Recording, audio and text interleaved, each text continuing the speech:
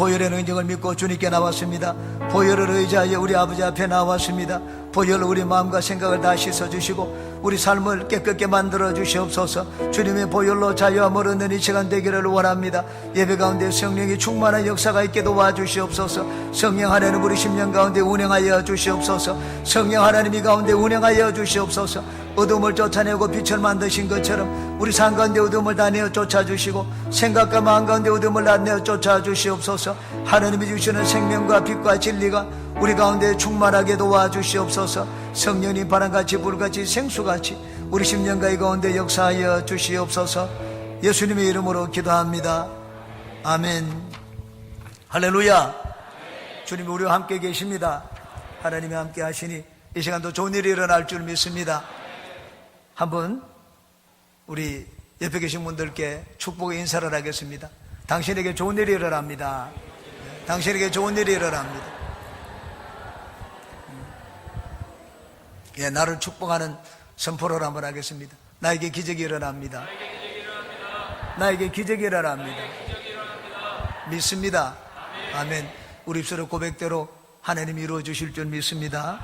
우리 같이 봉독한 말씀을 가지고 행복한 가정이라는 제목으로 말씀의 은혜를 나누겠습니다. 존 칼빈은 가정은 교회 안에 교회라고 말을 했습니다. 가정이 바로 세워지면 하늘나라가 따로 없습니다. 바로 그곳이 천국입니다. 가정의 달 어린이날 연휴를 맞이하여 가족들이 많이 모였습니다. 오늘 성경 말씀은 행복한 가정을 이루기 위하여 가장 기본적이고 핵심적인 가정 윤리에 대해서 우리에게 보여주고 있습니다. 가족 여러분들은 여기 있는 이 말씀대로 실천을 하여 행복한 가정들을 이루시기를 간절히 바라겠습니다. 네 가지를 말씀드립니다. 첫째, 아내는 남편에게 복종하라고 말을 했습니다. 이는 주 안에서 마땅하다고 했습니다. 주 안에서 마땅하다는 것은 주를 믿는 사람으로서 당연히 그렇게 해야 된다는 말입니다. 주님은 남편을 아내의 머리로 지었습니다. 남자가 여자에게서 난 것이 아니고 여자가 남자에게서 났습니다. 남자가 여자를 위하여 지음받은 것이 아니고 여자가 남자를 위하여 지음을 받았습니다. 고린도전서 10장 11장 10절에 이렇게 말씀을 합니다. 그러므로 여자는 천사들로 말미암아 권세 아래에 있는 표를 그 머리 위에 둘지니라. 여자가 기도할 때는 머리에 수건을 두르고 기도하라고 했습니다. 만일 위에 수건을 쓰지 않으려거든 머리를 길러라고 했습니다. 하나님이 여성에게 긴 머리를 주셨습니다. 그것은 자기 머리를 가리는 것을 대신하여 하나님이 주신 것입니다. 우리 주님은 아내된 분들이 남편에게 복종하기를 원하십니다. 복종하다는 것은 그 밑에 들어가서 완전히 자신을 굴복시키는 것을 말합니다. 이 단어는 귀신을 내어 쫓을 때 쓰였습니다. 예수 이름으로 귀신들도 복종한다고 했습니다. 바로 그 단어가 이 단어입니다. 로마서 13장 1절에는 이렇게 기록되어 있습니다. 각 사람은 위에 있는 권세들에게 복종하라. 권세는 하나님으로부터 나지 않음이 없나니 모든 권세는 다 하나님께서 정하신 바라. 각 사람은 위에 있는 권세들에게 복종하라고 말을 했습니다. 복종하는 것은 나보다 더 윗 권세이기 때문입니다. 그러므로 아내는 남편에게 복종할 때 남편이 하나님이 나보다 더 권세 있게 지었다, 윗권세로 지었다는 것을 받아들여야 됩니다. 요즘은 시대가 많이 달라졌습니다. 이 당시에는 남존여비 사상이 있고 그리고 여성을 인격적으로 취급하기보다 소유물로 취급하는 경향이 많았습니다. 지금은 많이 달라졌습니다. 남자와 여자가 인격적으로 대등합니다. 오늘날로 말하자면은 아내는 남편을 인정하고 존경하고 높여주는 아내가 되라는 말입니다. 어저께 저희 아들하고 조카들하고 젊은 5가정이 저희 집에 휴가를 보내러 왔습니다. 젊은 아들과 조카들이 말을 하는 것을 들었습니다. 요즘은 남편들이 다 아내의 눈치를 본다는 말을 들었습니다. 이전에는 강릉에 왔으니까 낚시하러 가자고 하면 두 말 하지 않고 갔는데 결혼하고 난 다음에 낚시하러 가자고 하니까 뜸을 들이려면 아내한테 물어봐야 된다고 말을 하더라고 하는 걸 제가 들었습니다. 강큰 남자 시리즈가 남의 이야기가 아니구나 하는 것을 느꼈습니다. 이런 사회에 살고 있는 남편들을 위하여 성경은 아내된 분들에게 말씀을 하고 있습니다. 아내들이여 남편에게 복종하라. 현대적으로 번역하면 남편을 존중하고 잘 받들어주고 남편이 하는 일을 믿고 잘 따라주라는 말입니다. 아내가 사사건건 남편이 하는 일에 시비를 걸면 남편이 기가 죽습니다. 기가 죽은 남편이 바깥에 나가서 소신 있게 일을 할 수가 없고 성공할 수가 없습니다. 가정에서 아내에게 존경받고 신뢰받는 남편은 바깥에서 활기차게 일을 하고 무슨 일을 하더라도 성공적인 인생을 살게 됩니다. 유대인의 탈무드에 이런 말이 있습니다. 따라 만일 네가 남편을 왕처럼 존경한다면 그는 너를 여왕처럼 우대할 것이다. 그러나 네가 너무 자존심을 내세워 그에게 봉사하기를 싫어하면 그는 힘으로 너를 하녀같이 부릴 것이다. 남편을 극진히 대접하라. 그러면 남편은 내 머리 위에 왕관을 씌워줄 것이다. 너는 남편 친구들 앞에서 남편을 깨끗하게 단장시켜라. 그리고 남편에게 항상 정성을 다해 대답하면 남편은 너를 소중히 여길 것이다. 남편의 소지품을 소중하게 여기고 가정에 마음을 두면 너의 머리에 영광의 관을 쓰게 될 것임을 잊지 말라. 괴테가 가정에 대해서 이런 말을 했습니다. 가장이 확실하게 지배하는 가정에는 다른 데서 찾아볼 수 없는 평화가 깃든다고 했습니다. 가장 지혜로운 아내는 남편을 존경하고 남편을 섬기는 아내입니다. 여러분, 아내된 분들은 남편 앞에서 한숨을 쉬지 마시기 바랍니다. 아내들은 남편 앞에서 항상 낙천주의자가 되도록 노래를 하시기 바랍니다. 남자가 가장 큰 힘을 얻는 것은 아내의 격려와 조언입니다. 그러므로 남편을 위해서 기도하는 아내가 되시기 바랍니다. 제가 주의 종이 되었을 때 제 마음속에 열등감이 많이 있었습니다. 당시 신학교 가면 매주마다 몇 명이 나와가지고 어떻게 신학교 오게 되었는지, 어떻게 부름을 받았는지 간증을 했습니다. 보니까는 모두가 다 대단한 가정이었습니다. 자기는 기도부대가 있고 어머니도 권사고 이모도 권사고 자기를 위해서 기도해주는 구역 식구들이 권사가 몇 분이 있다. 뒤에서 어마어마한 기도의 힘을 받고 있다는 것을 간증을 하는 걸 봤습니다. 저는 당시에 예수님을 믿은 지 이제 갓 3년이 되었습니다. 집에 권사는 고사하고 저를 위해서 기도해주는 가족들이 없었습니다. 자랑할 것이 없고 내놓을 것이 없었습니다. 집에 돌아왔습니다. 기도하면서 하나님께 기도했습니다. 하나님, 저는 주의 종이 되었는데 저를 위해서 기도해주는 사람은 아무도 없습니다. 하나님 앞에 하소연하듯이 기도를 했습니다. 그때 제 마음속에 팍 떠오르는 생각이 있었습니다. 성령이 저에게 이런 마음을 주었습니다. 아들아, 너에게는 너희 아내가 있지 않느냐? 사랑하는 사람의 기도는 만 사람의 기도보다 힘이 있단다. 저는 그 말을 듣고 큰 위로를 가졌습니다. 그런 뒤부터 다른 기도 후원자들을 둔 학우들이 부럽지가 않았습니다. 지혜로운 아내는 남편을 존경하고 사랑하는 아내입니다. 남편과 경쟁해서 남편을 이기는 아내는 결코 지혜로운 아내가 아닙니다. 어리석은 아내입니다. 예쁜 여자를 만나면 3년이 행복하고 착한 여자를 만나면 30년이 행복하고 지혜로운 여인을 만나면 3대가 행복하다고 합니다. 여기 계신 아내 되신 분들은 모두가 다 남편을 존경하고 사랑하고 자기 남편을 최고로 여기는 아내들이 되시기를 주의 이름으로 축원합니다. 두 번째, 남편들아, 아내를 사랑하며 괴롭게 하지 말라고 했습니다. 가족 간의 행동 윤리는 일방적이지 않습니다. 하나님은 서로 간의 책임을 지웠습니다. 그러므로 상대방에게 권리 주장을 할 것이 아니라 상대방에게 의무를 다하는 가족 구성원이 되어야 됩니다. 남편들의 아내에게 복종을 요구할 것이 아니라 남편의 의무인 아내를 사랑하라고 했습니다. 사랑은 다른 것이 아닙니다. 여기 있는 것처럼 아내를 괴롭게 하지 않는 것입니다. 남편은 아내를 종처럼 부리면 안 됩니다. 폭행을 가해서도 안 됩니다. 육체적으로 괴롭혀서도 안 되고 정신적으로 괴롭혀서도 안 됩니다. 또한 경제적으로 아내를 괴롭게 해서도 안 됩니다. 가정에 생활비를 주지 않아 경제적으로 마음에 큰 염려와 근심을 하면서 살도록 한다면 그런 남편은 마음 깊은 곳에서 우러나오는 아내의 사랑을 받지를 못할 것입니다. 저는 젊을 때 경제적으로 어려워서 아내를 많이 괴롭게 했습니다. 아내는 현금이 많이 남아 도는 가정에서 자랐기 때문에 돈을 빌려본 적이 없었습니다. 그런데 저희 집에 저에게 시집 와서 돈을 수도 없이 많이 빌리러 갔습니다. 당시에 저에게 말을 하지 않았습니다. 얼마 전에 저에게 자기가 얼마나 그때 마음이 괴로웠는지 자존심이 상하고 굴욕감을 느꼈는지 저에게 얘기하는 걸 봤습니다. 늦었지만 미안한 마음이 들었습니다. 지금이라도 경제적으로 더 잘해줘야 되겠다는 마음을 갖게 되었습니다. 남편들은 적어도 아내가 경제적으로 괴로움을 느끼도록 해서는 안 됩니다. 남편은 자기 할 것 다 하고 아내에게는 생활비조차 주지 않는다면 그것은 아내를 괴롭게 하는 것입니다. 남편들은 아내를 사랑하라고 했습니다. 사랑은 희생입니다.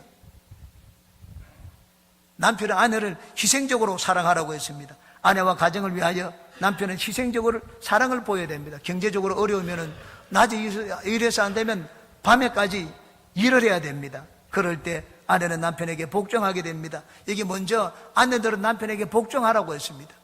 어떻게 아내들이 남편에게 복종할 수가 있느냐? 그 방법을 그 다음 절에 바로 이게 가르쳐 주었습니다. 남편이 아내를 희생적으로 사랑하면 아내는 남편을 존경하고 복종한다는 것입니다. 얼마 전에 제가 집사님 부부와 함께 식사를 했습니다. 식사하는 도중에 여성구역장님이 얘기를 했습니다. 다른 분들은 다 저희 집에 와봤는데 자기는 아직 저희 집 구경을 못했다고 했습니다. 제가 고기를 잘 굽는다는 이야기를 들었는데 자기는 아직 제가 구워드리는 고기를 못 먹어봤다고 했습니다. 그래서 제가 저희 아내에게 얘기를 했습니다. 여보, 내일 우리 부육장님 모시라고 그러고 내일 고기를 구우십시다. 5시 반에 오라고 했습니다. 그랬더니 저희 아내가 듣고 있다가 예 알겠습니다라고 했습니다. 그 옆에 있던 구역장님과 그 남편의 얼굴을 보았습니다. 남자 집사님은 제 말, 아내 하는 말을 듣더니만 당장 자기 아내를 보았습니다. 보라고. 이렇게 아내가 말을 잘 듣지 않느냐고. 그 아내에게 참 주문을 하듯이 의기양양한 표정으로 구역장님을 보는 걸 보았습니다. 아내 되시는 분이 순식간에 얼굴빛이 어두워졌습니다. 그래서 제가 다시 한마디 덧붙였습니다. 집사님, 저희 집사람이 순종하는 것이 그냥 되었겠습니까? 아내가 제가 하라는 대로 하는 것은 아내가 그렇게 하도록 제가 평소에 어떻게 했겠습니까? 그 말을 했습니다. 그랬더니 이번에는 아내가 얼굴이 확 살아났습니다. 남편을 보더니만은 당신이 먼저 하라는 표정으로 남편을 쳐다보는 걸 봤습니다. 남편이 미안한 듯이 고개를 떨구는 것을 봤습니다. 그 다음날 어떻게 되었는지 궁금하지 않습니까? 저는 두 분을 저희 집에 모시고 고기를 구워드렸습니다. 남편이 아내를 사랑하라고 했는데 이 사랑은 뭐 육체적인 사랑만을 말하는 것이 아닙니다. 자기를 희생해서 아내를 돌보고 보호해주는 희생적인 사랑을 말합니다. 에베소서 5장 25절은 남편의 책임을 이렇게 말하고 있습니다. 남편들아, 아내 사랑하기를 그리스도께서 교회를 사랑하시고 그 교회를 위하여 자신을 주심같이 하라고 했습니다. 우리를 위하여 예수님이 십자가에서 목숨을 바친 것처럼 자기를 희생해서 아내를 사랑하는 남편이 되라고 말씀을 했습니다. 유대인의 탈무드는 남편의 책임에 대해서 이렇게 말을 하고 있습니다. 남편이 아내를 소중히 여길 때 아내는 현모양처가 될 것이다. 남편에게 사랑받지 못하는 아내가 가정의 훌륭한 주인이기를 기대하는 것은 무리이다. 평생 남편에게 무시당한 아내가 어느 날 갑자기 현모장처가 되기를 바란다면 그것은 씨앗은 뿌리지 않고 풍성한 수확을 기대하는 것과 같다고 했습니다. 그러므로 남편 되신 분들은 아내를 아끼고 귀하게 여기고 사랑해야 됩니다. 여자는 말의 감동을 많이 받습니다. 그러므로 사랑한다는 말을 자주 하십시오. 미국에서는 남자들이 괴롭습니다. 하루에 의무적으로 3번씩 아내에게 사랑한다는 말을 해야 됩니다. 일어나면 사랑한다는 말을 하고 출근할 때 사랑한다는 말을 하고 또 돌아오면은 아내를 보고 사랑한다는 말을 해야 됩니다. 저희 교회 권사님 한 분이 20년이 넘게 남편과 가정을 섬겨주었는데 아직까지 고맙다, 사랑한다는 말을 한 번도 못 들어봤다고 했습니다. 그 남편이 누군지 아마 잘 아실 것입니다. 오늘 집에 가서는 여보, 당신 너무 고마워요, 정말 사랑해요, 이 말을 3번을 하시기 바랍니다. 3번째, 자녀들은 모든 일에 부모에게 순종하라고 했습니다. 그것이 주님을 기쁘시게 하는 일이라고 했습니다. 우리가 부모님께 순종하면 주님은 참으로 기뻐하십니다. 하나님이 기뻐하시는 우리 가정이 복을 받지 않겠습니까? 하나님이 우리에게 무엇을 행하실 때 우리는 하나님의 계획과 의도를 모릅니다. 하나님은 우리에게 무엇을 행할 때 일일이 다 얘기하시지 않습니다. 그러나 한 가지 확실한 것이 있습니다. 우리가 하나님의 깊은 뜻은 몰라도 적어도 나를 향한 하나님은 좋으신 분이라는 것입니다. 하나님이 나를 이끌 때 망하도록 이끌지 않습니다. 하나님은 선하시기 때문에 좋은 것을 주시기 위해서 우리를 인도합니다. 그렇기 때문에 우리는 때로는 자갈밭을 걷고 고난의 길을 걷더라도 주님께 순종하는 것입니다. 부모도 마찬가지입니다. 부모가 자식을 위하여 계획하는 것은 다 좋은 것입니다. 요즘은 세상이 너무 악해졌습니다. 부모가 자식을 폭행하기도 하고 참 자기 이익을 채우기 위해서 자식을 희생하는 그런 부모도 있습니다. 그런 부모에게는 순종을 하지 않아도 됩니다. 그런 부모는 떠나는 것이 차라리 좋습니다. 그러나 많은 경우에 나를 생각하는 사람은 부모 같은 사람이 없습니다. 저는 신방을 하면서 부모를 돌보지 않는 그런 자녀들이 있는 걸 봤습니다. 그럴 때 정말 화가 납니다. 그런데도 부모는 자식을 생각하는 걸 봤습니다. 자, 이게 부모구나 하는 생각이 들었습니다. 여러분, 영등포 쪽방 골목에 가면은 독거노인이 많이 있습니다. 근데 독거노인이 진짜 독거노인이 아닙니다. 가정이 있고 자녀들이 다 있습니다. 자녀들이 버림받은 사람들이 갈 곳이 없어 거기 있습니다. 인터뷰를 하면서 기자가 묻습니다. 자녀들은 지금 무엇을 합니까? 입을 다물고 전혀 대답을 하지 않습니다. 전부 다 사회에 높은 지위를 가지고 있습니다. 그런데도 부모를 그렇게 홀대하는 것을 보았습니다. 참 부모가 그렇게 홀대를 당하지만은 자녀들을 위해서는 혹시라도 피해가 갈까봐 말을 하지 않는 것을 보았습니다. 바로 그것이 부모입니다. 자녀들은 그러므로 모든 일에 부모에게 순종하라고 했습니다. 특히 어린 자녀들을 두고 하는 말입니다. 어린 자녀들은 더 부모에게 순종해야 됩니다. 왜냐하면 부모님들은 자녀들을 위하여 좋은 계획을 가지고 있기 때문입니다. 이것 하라고 하고 저것 하라고도 합니다. 우리를 나쁘게 만들기 위해서 그렇게 하지 않습니다. 부모가 하는 말이 잔소리처럼 들릴지 모르지만 확실한 것이 있습니다. 나를 세상에서 제일 원하는 사람은 우리 부모입니다. 결코 친구가 아닙니다. 친척도 아닙니다. 부모입니다. 어머니와 단둘이 사는 청년이 있었습니다. 그런데 이 청년이 외출하고 돌아오다가 자동차 사고가 났습니다. 병원에 실려 갔는데 양쪽 눈을 잃었습니다. 실명을 하게 되었습니다. 두 눈을 다 잃고 난 다음에 이 청년은 낙담이 그저 말을 할 수가 없었습니다. 인생을 포기할 것 같았습니다. 우울증이 들었습니다. 그런데 며칠이 지나고 난 다음에 연락을 받았습니다. 어떤 사람이 자기 이름을 밝히지 않은 채 눈 한쪽을 기부하겠다고 했습니다. 참, 이 청년이 한쪽 눈 기부한다고 하니까 자기는 한쪽 눈 가지고 살아야 되지 않습니까? 어머니가 늘 옆에서 간호하는데 어머니에게 얘기를 했습니다. 어머니, 그럼 나는 애꾼이 돼서 살아야 됩니까? 한쪽 눈을 주겠다고 하는데도 감사하지를 않았습니다. 수술을 했습니다. 그러고 난 다음, 수술하고 난 다음 한참 동안 붕대로 눈을 가렸습니다. 그리고 자기를 간호하는 어머니에게 불평을 얘기하기도 하고 자기 신세 한탄을 하기도 했습니다. 시간이 지나가지고 붕대를 벗게 되었습니다. 붕대를 풀게 되었을 때 깜짝 놀랐습니다. 자기 앞에 한쪽 눈을 가진 어머니가 애틋한 표정으로 아들을 바라보고 있었던 것입니다. 그리고 그 어머니는 이렇게 말을 했습니다. 내가 두 눈을 다 주고 싶었지만 그러면 네게 나의 장님 몸뚱이가 짐이 될 것 같아서 두 눈을 다 주지 않았습니다. 어머니는 끝내 말을 잊지를 못했습니다. 이것이 부모입니다. 몇 년 전에 공공의 적이라는 영화가 있었습니다. 설경구가 형사로 나오고 이성재가 부모로 살해한 아들로 나오는 영화입니다. 이성재 아들이 주식 투자를 했는데 돈이 세대입니다. 부모에게 돈을 달라고 했습니다. 지금은 어렸기 때문에 돈을 만들어줄 수가 없다고 했습니다. 한밤중에 비가 오는 날 이 아들이 부모의 집에 몰래 침입을 했습니다. 그리고 칼로 부모를 살해했습니다. 어머니, 아버지. 칼을 잘못 사용해가지고 자기 손톱이 같이 잘려나갔습니다. 부모를 살해하고 가는데 그 어머니가 참 죽어가면서 계속 손톱이 자기 팔 닿는 데 있으니까 그 손톱을 잡으려고 안간힘을 썼습니다. 나중에 마침내 손톱을 잡았습니다. 그리고 그 손톱을 잡고 난 다음에 자기 입으로 삼켰습니다. 혹시라도 저 손톱이 발견되면 자기 아들이 부명을 했다는 것이 드러날까봐 아들을 위해서 어머니가 죽어가는 그 순간에도 손톱을 삼키는 걸 보았습니다. 어머니의 마음입니다. 자식을 아끼고 살아가는 마음은 이 세상의 모든 어머니가 같을 것입니다. 특히 한국의 어머니는 더욱 그럴 것입니다. 주님은 우리에게 말씀을 하십니다. 자녀들아, 모든 일에 부모에게 순종하라. 그것을 내가 기뻐하노라. 하나님은 하나님의 사랑을 우리가 알도록 어머니의 마음속에 하나님의 사랑을 심어주었습니다. 그래서 우리는 부모를 통하여 하나님의 사랑을 알고 체험하게 됩니다. 다른 사람에게는 몰라도 나에게는, 적어도 나에게는 부모가 존경받을 만합니다. 그래서 자녀들은 모든 일에 부모에게 순종하라고 했습니다. 젊어서는 자녀들은 부모에게 순종하고 나이가 들어서는 부모를 공경해야 됩니다. 부모가 살 수 있도록 먹고 입고 마실 것을 돌보아줘야 됩니다. 생활에 부족함이 없도록 물질적으로, 심적으로 보살펴 드려야 됩니다. 여러분, 어느 부모가 자녀에게 보낸 편지입니다. 제가 5년 전에 이것을 여러분에게 한번 읽어 드린 적이 있습니다. 제가 다시 읽어봤습니다. 그래도 여전히 감동이 있었습니다. 오늘 저희 아들들이 같이 예배를 드립니다. 저는 아들에게 하는 마음으로 이것을 다시 한번 들려드리겠습니다. 내 사랑하는 아들, 딸들아, 언젠가 우리가 늙어 약하고 지저분해지거든 인내를 가지고 우리를 이해해 다오.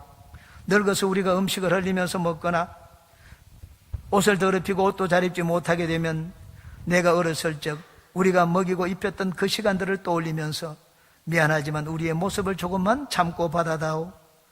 늙어서 우리가 말을 할 때 했던 말을 하고 또 하더라도 말하는 중간에 못하게 하지 말고 끝까지 들어주면 좋겠다. 네가 어렸을 때 좋아하고 듣고 싶어 했던 이야기를 내가 잠이 올 때까지 셀 수 없이 되풀이하면서 들려주지 않았니? 훗날에 혹시 우리가 목욕하는 것을 싫어하면 우리를 너무 부끄럽게 하거나 나무라지는 말아다오. 수없이 핑계를 대면서 목욕을 하지 않으려고 도망치던 너희들 모습을 기억하고 있지 않니? 무심하거든 전 세계에 연결되어 있는 웹사이트를 통하여 그 방법을 우리에게 잘 가르쳐다오. 우리는 내게 얼마나 많은 것을 가르쳐 주었는지 아느냐? 상하지 않은 음식을 먹는 법, 옷을 어울리게 잘 입는 법, 너의 권리를 주장하는 방법. 혹시 우리가 새로 나온 기술을 모르고 점점 기억력이 약해진 우리가 무언가를 자주 잊어버리거나 말이 맞게 대화가 잘 안 될 때면 기억하는 데 필요한 시간을 좀 내어주지 않겠니? 그래도 혹시 우리가 기억을 못 해내더라도 너무 염려하지는 말아다오. 왜냐하면 그때 우리에게 가장 소중한 것은 너와의 대화가 아니라 우리가 너와 함께 있다는 것이고 우리의 말을 들어주는 내가 있다는 것이 중요하기 때문이란다. 또 우리가 먹기 싫어하거든 우리에게 억지로 먹이려고 하지 말아도 언제 먹어야 하는지 혹은 먹지 말아야 하는지는 우리가 다 잘 알고 있단다. 다리가 힘이 없고 쇠약하여 우리가 잘 걷지 못하게 되거든 지팡이를 짚지 않고도 걷는 것이 위험하지 않게 도와줄 수 있니? 네가 뒤뚱거리며 처음 걸음마를 배울 때 우리가 내게 한 것처럼 내 손을 우리에게 빌려다오. 그리고 언젠가 나중에 우리가 더 이상 살고 싶지 않다고 말하면 우리에게 화내지 말아다오. 너도 언젠가 우리를 이해하게 될 테니 말이다. 노인이 된 우리의 나이는 그냥 단순히 살아온 것을 이야기하는 것이 아니란다. 우리가 어떻게 생존해 있는가를 말하고 있음을 이해해다오. 비록 우리가 너를 키우면서 많은 실수를 했어도 우리는 부모로서 줄 수 있는 가장 좋은 것들과 부모로서 보여줄 수 있는 가장 좋은 삶을 너에게 보여주려고 최선을 다했다는 것을 언젠가는 너도 깨닫게 될 것이다.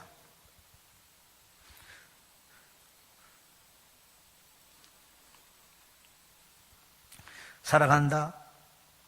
나의 생명과 같이 사랑하고 사랑한다. 내 사랑하는 아들, 딸들아, 내가 어디 있든지 무엇을 하든지 너를 사랑하고 너의 모든 것을 영원히 사랑한단다. 어린 자녀된 분들은 부모에게 더 순종하고 나이가 든 자녀분들은 노부모님을 섭섭하게 해드리지 말고 마음으로 존경하고 감사하는 마음을 늘 가지시기 바랍니다. 네 번째입니다. 부모는 자녀를 노엽게 하지 말라고 했습니다. 노엽게 하면 낙심하게 됩니다. 낙심하게 되면 인생을 사는데 용기를 잃습니다. 기가 죽습니다. 소심해집니다. 속으로 반항하게 됩니다. 삐뚤어진 성품을 갖게 됩니다. 인터넷에서 제가 검색을 해봤습니다. 자녀들이 가장 부모에게 듣기 싫은 말 베스트 10을 제가 봤습니다. 이것을 여러분들에게 읽어드림으로 말씀을 맺겠습니다. 첫째, 공부 좀 해라. 공부 좀. 공부하는 학생들이 가장 듣기 싫어하는 말입니다. 여러분, 공부를 하게 하려면 자녀들은 노엽게 하지 않으면서 공부를 시키도록 해야 됩니다. 인정하고 격려하고 칭찬해 주십시오. 공부가 전부가 아니라고 말을 하십시오. 네가 제일 잘하는 것을 개발하라고 말을 하시기 바랍니다. 둘째, 동생이 뭘 배우겠니? 네가 잘해야지. 형제들은 부모 사랑을 더 많이 차지하기 위해서 서로가 경쟁을 합니다. 저는 어저께 둘째 손녀를 안고는 예랑아 네가 최고다 라고 얘기를 했습니다. 그런데 첫째 손녀 저 멀리 있었습니다. 제 말을 듣더니만 아니야 라고 하더라고요. 그 말을 듣고 제가 또 오겨가 나서 얘기했습니다. 예랑아 네가 제일 예쁘다 하기 더 크게 아니야 그러더라고요. 최고다, 둘째가 예쁘다고 하니까 첫째가 계속 아니라고 말하는 것을 들었습니다. 한 배에서 나온 자식인데도 서로 간에 경쟁의식이 있고 시기, 질투가 있는 걸 봤습니다. 그러므로 형제간을 비교해서 나부라는 말을 하면 안 됩니다. 세 번째, 커서 뭐가 될래? 가장 사랑받아야 될 부모에게 이런 말을 들으면 자녀들은 소망을 잃고 맙니다. 부모된 여러분들은 가장 아끼고 사랑하는 자녀들에게 항상 긍정적으로 소망을 심어주고 칭찬을 아끼지 않는 말을 해주시기 바랍니다. 넷째, 넌 왜 맨날 그 모양이니? 사람이면 누구나 인정받기를 원합니다. 가장 인정받기 원하는 사람이 누구겠습니까? 부모입니다. 가장 많은 시간을 보내기 때문입니다. 부모는 자녀들을 볼 때마다 항상 소망을 주고 칭찬과 용기를 주는 말을 하시기 바랍니다. 다섯 번째, 한 번만 더 그래봐라. 가만두지 않을 테니. 이건 부모가 자식을 위협하는 말입니다. 부모는 부모의 권위로서 자녀를 위협해서는 안 됩니다. 자녀를 잘 돌보라고 하나님이 권위를 주신 것이지 위협하고 자녀를 협박하라고 권위를 주신 것이 아닙니다. 자녀들이 잘못했으면 나무라기보다 참, 야, 너 참 멋있게 어지러 놓았구나. 어지러 놓는 것도 멋있게 어지러 놓았다고 부정을 하는 듯 하면서도 인정을 해줘야 됩니다. 저희 아버님은 매우 엄했습니다. 저는 어릴 때 벌을 많이 받았습니다. 형제 중에 제가 제일 고집이 셌습니다. 다른 사람은 30분이면 벌을 풀어줬습니다. 저는 보통 1시간을 벌을 받았습니다. 잘못했다는 말을 저는 하지를 않았습니다. 그렇기 때문에 누구보다 벌을 많이 받았습니다. 저희 아버님은 굉장히 엄했습니다. 한 번에는 집 앞에서 축구를 했습니다. 축구를 하는데 제가 공을 찼는데 저 떨어져 있는 트럭 유리창을 부딪혔습니다. 유리창이 그냥 금이 쫙 갔습니다. 마침 거기 트럭 운전수가 거기 있었습니다. 도망도 못 갔습니다. 막 뛰어오더니만 저를 탁 잡았습니다. 멱살을 잡고 너희 집이 어디냐? 가자. 마침 그때 저희 아버님이 계셨습니다. 저는 완전히 참 고양이 앞엔 쥐처럼 이제는 나는 죽은 목숨이다 하고 아버지 앞에 끌려갔습니다. 그러자 이 트럭 운전수가 저희 아버지 앞에서 자초지종을 얘기했습니다. 언성을 높이면서 유리창 값을 물어내라고 했습니다. 아버님이 제 얼굴을 봤습니다. 그러더니 운전수를 보고 얘기하더라고요. 유리창 값이 얼마입니까? 8,000원이라고 그러더라고요. 그 자리에서 저희 아버님이 그분에게 8,000원을 내주었습니다. 그러고 난 다음에는 그분이 가고 난 다음에 저희 아버님이 저를 보고 얘기를 했습니다. 형건아, 이제 축구를 하려면 학교 가서 운동장에서 하지 이제 이 골목에서 하지 말거라. 저는 제 평생에 저희 아버님이 저한테 굉장히 엄했지만은 진짜 그때 일을 지금도 기억을 합니다. 아버지 좋은 인상이 지금도 남아 있습니다. 부모된 분들은 자녀들에게 오랫동안 좋은 인상을 남기는 부모가 되시기 바랍니다. 6번째, 옆집에는 이번에도 1등을 했다더라. 자녀를 다른 아이들과 비교하면 안 됩니다. 내 자녀를 최고로 여겨야 됩니다. 어저께 저희 조카가 자기 딸을 보더니만은 삼촌, 우리 딸이 제 손녀보다 더 예쁘다 그러더라고요. 완전히 눈에 뭐가 씌인 것 같더라고요. 그래서 이제 조카한테 얘기를 했습니다. 야, 상준아, 네가 네 딸이 제일 예쁜 걸 보니까 네가 이제 진짜 부모가 되었구나. 여러분, 자기 자식이 제일 예뻐 보여야지 진짜 부모입니다. 다른 애들이 더 나아 보이면 그건 진짜 부모가 아닙니다. 내 자식이 다른 집 아이들보다 성적이 좀 뒤지고 인물이 좀 뒤지더라도 내 자식이 제일 좋습니다. 부모이기 때문입니다. 여러분들은 자녀를 비교하지 말고 부모가 내 자식을 어떻게 보는지를 자녀들에게 보여주시기를 바랍니다. 7번째, 아이고 내가 못 살아. 아이들이 일을 저지르러 오면 종종 이를 말을 합니다. 똑같은 말이라도 여러분 억양이나 높낮이에 따라 가지고 다르게 들릴 수가 있습니다. 저희 둘째 손녀가 잘 어지러 놓습니다. 그럼 저희 아내가 어떤 때는 한번 얘기합니다. 아이고 내가 못 살아. 그런데 꾸짖고 나무라는 말이 아닙니다. 그러면서 안아주고 아주 이쁘다고 얘기를 합니다. 자기가 한 행동에 대해 가지고 내가 정죄를 받지 않고 비판받지 않고 오히려 받아들여주는구나 하는 걸 느끼게 됩니다. 여러분은 나무라는 말을 하더라도 그 말 속에 부모의 사랑이 전달되도록 하시기 바랍니다. 8번째, 어디서 말대꾸니? 요즘은 강압적으로 자녀를 기르는 부모가 많지 않습니다. 그런데 저는 옛날에 강압적으로 아이들을 많이 길렀습니다. 이 둘째가 저한테 좀 더 혼이 많이 났습니다. 미국 그 문화를 훨씬 더 빨리 이렇게 받아들였기 때문에 한 번은 저에게 혼이 날 때 저를 많이 쳐다보더라고요. 제가 한 대도 때렸습니다. 어찌 아버지가 꾸중을 하는데 얼굴을 빤히 쳐다보느냐, 눈을 깔고 머리를 숙이지 않고. 한국식 교육입니다. 그때 애가 울면서 얘기를 하더라고요. 미국에서는 선생님이 얘기할 때 쳐다보지 않으면 혼난다고 하더라고요. 상대방이 훈계를 하는데 쳐다보지 않는 것은 그 사람을 무시하는 것이라고 했습니다. 그래서 훈계를 할 때는 꼭 선생을 쳐다보도록 그렇게 교육을 받았다고 했습니다. 대화를 해보니 제가 참 이해가 부족했구나 하는 것을 느끼게 되었습니다. 자녀에게 혼을 내더라도 자녀는 인격자입니다. 대화를 하다 보면 오해가 많이 풀릴 수가 있습니다. 여러분은 자녀들과 함께 항상 대화의 문을 열어놓는 부모가 되시기 바랍니다. 9번째입니다. 왜 그렇게 버릇없이 구느냐? 부모는 자녀들이 점잖고 예의 바르기를 원합니다. 그러나 그렇게 하는 것은 창의력과 잠재력을 말살시키는 것입니다. 에너지는 움직이는 것입니다. 가만히 있는 것은 에너지가 아닙니다. 에너지는 활동하는 힘입니다. 어린 자녀들은 감시도 가만히 있지 못합니다. 저는 손녀들이 오면 참 바쁩니다. 손녀들을 딱 줄에 묶어 놓으면 저는 편할 것입니다. 그런데 손녀들을 워낙 에너지가 넘치기 때문에 이리 뛰고 저리 뛰고 합니다. 저는 혹시라도 다칠까 싶어가지고 늘 뒤따라 다닙니다. 에너지를 말살시키는 것보다 에너지를 키워주는 것이 훨씬 더 낫습니다. 예를 가르치기는 것도 좋지만 아이들 속에 있는 에너지를 죽여서는 안 됩니다. 마지막 10번째입니다. 너는 왜 맨날 돈 타령이니? 아이가 자라면서 필요한 것을 얻기 위해서는 돈이 있어야 된다는 것을 배우게 됩니다. 돈을 달라고 하는 것에 갖고 싶은 것이 있다는 말입니다. 그럴 때는 돈을 잘 사용할 수 있도록 경제적인 관념을 익히도록 해줘야 됩니다. 용돈을 쓰더라도 책임감 있게 용돈을 쓰는 법을 가르쳐 줘야 됩니다. 자녀는 부모 욕구 불만을 해소하는 대상이 아닙니다.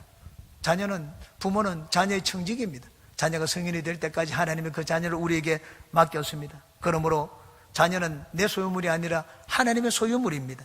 하나님의 소유물이라는 것을 깨닫고 참 하나님의 뜻대로 우리는 나에게 맡겨주신 자녀를 길러야 됩니다. 무엇보다도 신앙으로 길러야 됩니다. 신앙 교육만큼 더 뛰어나고 위대한 교육은 없습니다. 어릴 때부터 하나님을 심어주고 하나님을 경외하는 법을 가르쳐 주시기 바랍니다. 가정의 달을 맞이해서 가족 구성원 모두가 오늘 여기 있는 이 성경이 교훈하는 것을 마음에 새겨서 아내는 아내대로, 남편은 남편대로, 부모는 부모대로, 자녀는 자녀대로 여기 있는 말씀대로 행하시기 바랍니다. 그러면 여러분 가정은 행복한 가정이 될 것입니다. 여러분 많은 문제가 있는 가정, 상처받은 가정을 치료하고 하나님의 영광을 드러내는 가정이 되시기를 주님의 이름으로 축원합니다. 기도하겠습니다. 좋으신 주님, 많은 가족들이 오늘 주님께 나왔습니다. 하나님, 우리 한 사람 한 사람 각자에게 주님이 임무를 주고 책임을 주었습니다. 다른 사람에게 요구할 것이 아니라 내가 해야 될 것을 행하는 우리 가족들이 다 되게 도와주시옵소서. 하나님, 우리 모든 가정이 다 행복한 가정 되기를 원합니다. 세상을 치료하는 가정 되기를 원하고 세상에 하나님의 영광을 나타내는 빛과 거울이 되기를 원합니다. 우리를 그렇게 사용하여 주시옵소서. 예수님의 이름으로 기도합니다. 아멘.